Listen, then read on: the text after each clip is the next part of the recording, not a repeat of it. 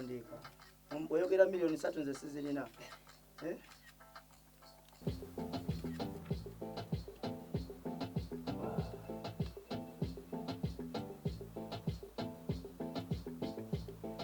Kamilioni mumuteekemu mu ngoma eno. Abali live muteekemu kamilioni. Mutaginge mu kamilioni. Iyo nairanda mumuteekemu. Muteekemu kamilioni. Live. Sandi badde wano senga si kimenke. Simanyi na bigambo gye biva n'ekyo kyempulira. Wow, ninga ali mu kuyimba naye ng'ate njogera. Ekyo kyempulira. Waliwo recordinga. I'm down on my knees cause I need your body. Pretty face, big nyash con. I'm down. I'm down on my knees cause I need your body. Pretty face, good nyash. Yeah, you tell me I start. I'm down on my knees cause I need your body. Pretty face, good nyash. Can you be my baby? The was it full. Simanyi oli mugundi oli mugundi. Kale. I'm down. Sisobola kukako. I'm down. Kansoke nkole wagulu then ndabo bandi comfortable mba siri tukeko.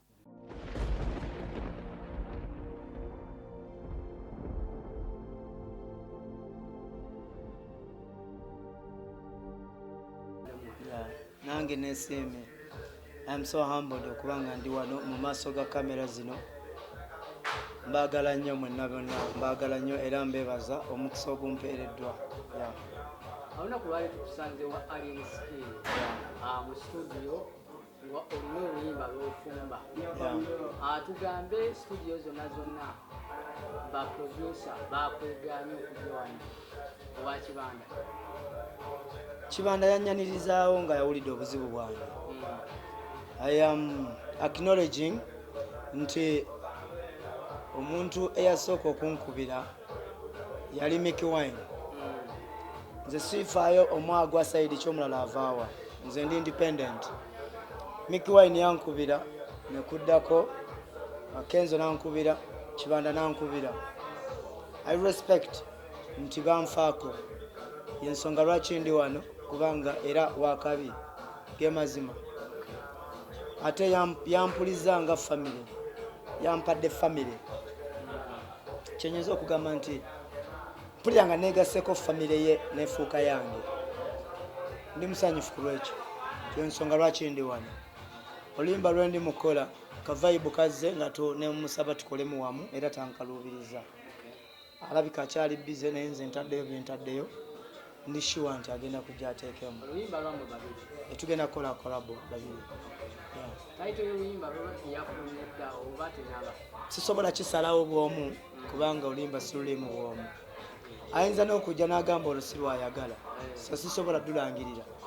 But kyemmanyi nti ndi wano kukola naye luyimba. Oli wabali n'agamba nti Propa kiraka yayimidde laavu oba ali mu laavu. Because oluyimba lulimu ebigambo bingi ebiwaana omukwano. Bwe mba nnyingidde laavu kiri evident nti abantu bandaze laavu. Bw'obanga tolina laavu emmeeme katale kyesiima kyegula. Bwe mba nga nnyimba bukaawu ekitegeeza ndi mukaawu. Naye nsanyuse kubanga Bannayuganda mundaze okwagala. Sikirabangako saagala kwesidiya. Ndaba obuntu butiikinga ready simanyi liking simanyi views. Nange ndi mu kubiyiga buki. Nange ndi mu kubiyiga simanyi nabo bikola. But at least I'm glad nti mubeerayo eyo nendaba nti enamba nnyingi ziweze. Challenge muzikoze. Bw'abaawo ekisobyo tusonyiibwe. Naye nga omulamwa guli wamu nasanyuse nti waliwo engombe egenda mu maaso nti Dr. Propa on top. Dr. Propa on top.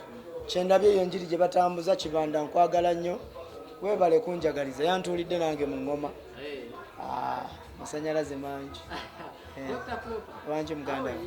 Awe njagala okumanya nti Propa ki ekyamutuukako ddala okutuuka ogamba nti neetaagayo chance endala. Ekyantuukako nina we nayawulangako nga nina kugattako. Nina we nagattangako nga nina kutoolako. Omuntu waba azaalibwako asobola okwavula atambula. Ne waliwo enjawulo wakati w'okwanguwa okupapa ebigambo bingi ebitegeeza okwanguwa oba okutambula naye nga bitegeeza bisawundi nga byanjawulo byonna bikozesa movement naye nga enjawulo yabyo yanjawulo enjawulo yabyo yanjawulo waliwo okupapa waliwo okutambula waliwo okugabatukana kati mulimu lwe nagabatukananga mulimu lwe nayanguwanga mulimu lwe napapanga kati essaawa eno yakuteeka bintu wamu tufune omulamwa gwe gumu n'eddoboozi lyerimu ensonga lwaki nakomyewo kuba ensobi ze nakola zaaliyo bangi abakukkiririzaamu era abakumanyi abakugobereranga nga bagamba nti ebintu ebimukira kapropa byakugamba nti alinga ayinza okubanga ali mutukolerako kasitanti oba nga jasi atunoonyaamu byaffe bwe nabagamba nti ndi international artist ab'emitima eminafu eyo interview bagitwala bubi era ne bagamba ndi mulalu kino kyakatwala ennaku ntono nnyo oba omwezi gumu emabega nalina we nali nenangirira ku interview because nali nfaanana bubi nga nfaanana stress bwe nagamba nti I am an international artist abantu bakitwala bulala wayiseewo omwezi gumu Uganda nenzikiriza nenyiga ebiwundi nenyiga omutima tubadde mu studio nga tukola oluyimba nangirira oluyimba olwo okuba olulungi ndulangirirako obutuukirivu n'okubaako gwe lukwatako mu laavu ne mu mbeera endala nzikiriza nti ne bwe twekkiririzaamu tusobola okutambulira wamu nze nzikiriza nti tuli baakabi abamu era bali mu kwebuuza Propa eyakuba ennyimba ezaakuba era ezaawulikira mu matu g'abantu ne bakkiriza nti Propa oli muyimbi era nga tova ku nnyonyi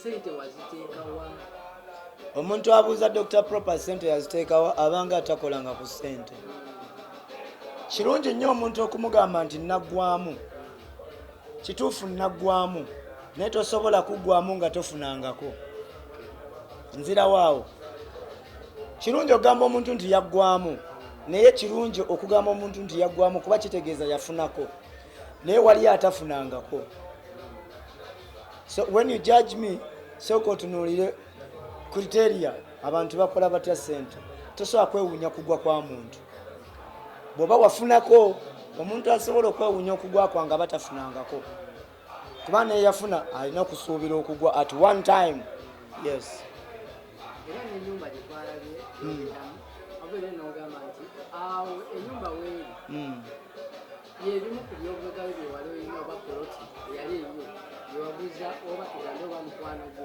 ate nasobola okubanga akusenza kituufu ddala awantu waaliwawo oba waawo just abantu oyagala bagamba nti bongereyo akasente ennyumba eko obulungi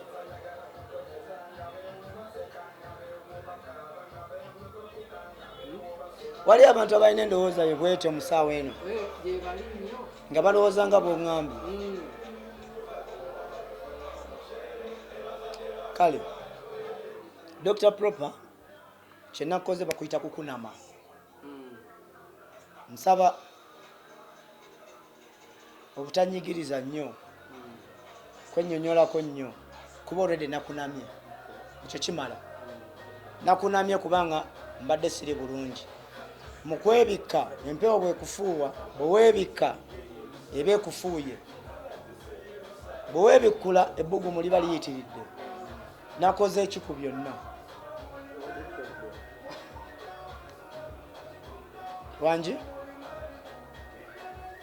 nebikudde kubanga gaba gambugumye ebbugumu lyayitiridde mu ffumbiro nga lina didduka mu muka gwasusse so buli omu ali alina opinion ye it is okay but what is important is waliyo abantu abalina endowooza ennungi ekwatagana nekye bayita empathy nga tozze kutuula wano oba kunzijako interview mu mbeera ya kufuna content waliyo omuntu ajja mu maaso gange nga mwawukana waliwo ajja okunzijako content newabaawo n'oyo ajja nga ayagala amawulire agaganyigiriza ekyo kinyigiriza kyeyongereyo ku muntu oyo asobola okunfuukira ansa kati kisinziira gwali mu maaso gange kiki kigendererwakyo kundabisa oba kunnyambako kati bw'oba nga oyagala kunnyambako then common cause y'emu ng'era abantu abalala abakkaanyanga amazima bwe gali seetaaga kunnyonnyola kingi.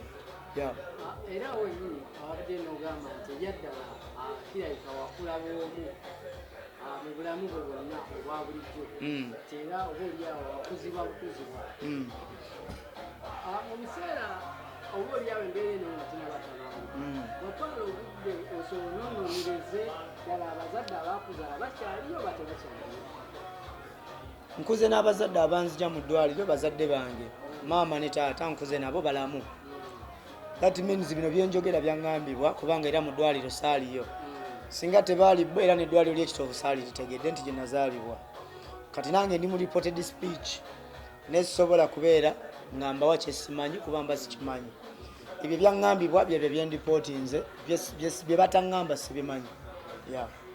Bo wali obabuuzizaako nti abazadde ngaabo bamanyi era babamanyako bakuzako kunoonyeza nti baali babeerawa okutuuka awo mu ddwaliro.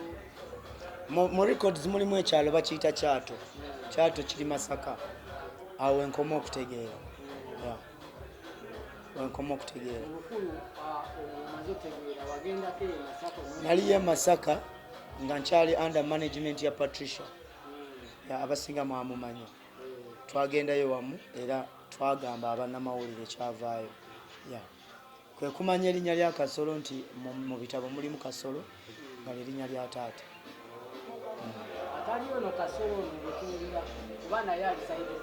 Nedda nze sifaayo Kasolo ki batero lyerinnya eryali muki lyeriri mu file. Abaana utta Propa tulina interview twasinga okukolera nga mwezi 12 wayogera ku baana abaana bo bali batya. Kino kigende buli ali andaba saagala tufune entondo at one time. Amaka gange kyekintu kyensembayo okwogerako. Obwo buyinza nabwesigaliza ne copyright y'ekyo mbadde nsaba tugende ku kibuuzo ekirala.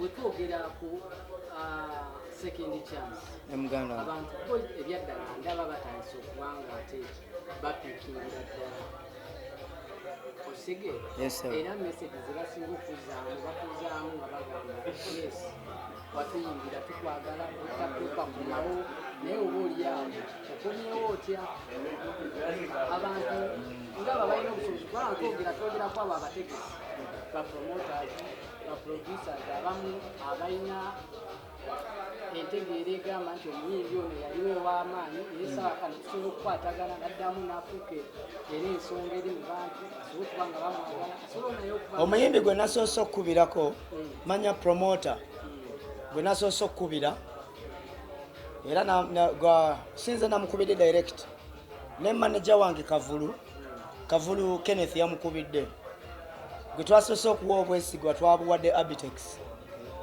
ne tumukubira okumubuuza oba asobola okunnyamba okuntegeka. Yabadde ayogera na munnange naye yabadde ku loud speaker n'agamba ebigambo bino wammanga oyo yagwa bw'aba ayagala kumutegeka yeetegeke.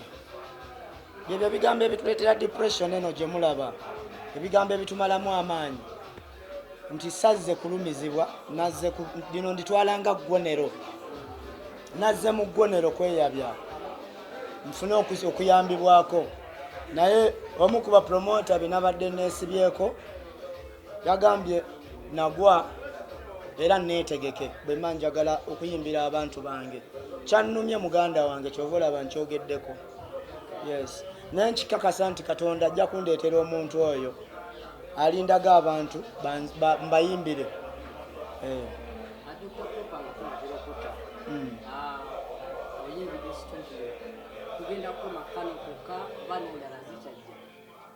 Sisobola kuwitinensinga kyanca naye nsobola witinensinga ekyakakati nti leero ndikodinze kubanga oluva eddakiika eziddako mu maaso sizimanyi naye ngamba nti Mukama bw'aba ampadde omukisa obuweereza kyekintu kyensinga okulemereza ngenda kuweereza kubanga okuyimba bizinesi yesembayo naye nze nsinga kwagala kubayimbira ebyo byosobola okujjukira n'obaako kyobijjamu.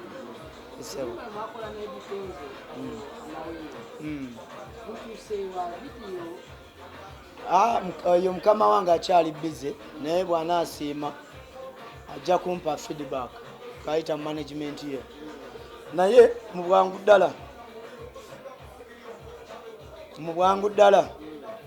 waliwo ekijja mu bwangu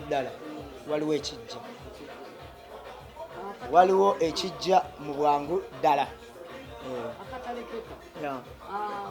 wano mu Uganda waliwo association z'abayimbi ezaakuyetingibwawo ez'enjawulo naddala era nga ziri connected ku bayimbi nti boli abazikoze okuba nga ziyambira ddala ku bayimbi basobola okuba nga beekulakulanya okuba nga zibatwala mu maaso ezo association wali ezituddeko kuba waliwo federation kati ekiriwo ekyo saagala kigendamu for now naye kyenkakasa nti nkwatagana na buli muyimbi kinoomu nga sifuddeeyo agwawa sinafuna sente za kwewandiisa yadde osanga nandyagadde okwewandiisa sente zebatusaba sinazifuna kuba mbadde sikola batusaba ndowooza emitwalo nawulira 17 ku federation naye nze sinazifuna bwe nazifuna nja kwewandiisa saagalako sinamusaba era sobola gamba mutasobola kuba sinamusaba nenkyawa mantayo bwe nzifuna ezewandiisa ngenda kwewandiisa mu mazima ga Katonda ngambye nti siyawula ani agwawa naye nkolagana ne buli muyimbi kasaba nga agattako ebirala sinabiyiga nze ndi mupya ndi upcoming kati nakkiriza okutandika buto kati nsaba nsomesebwa okusomesebwa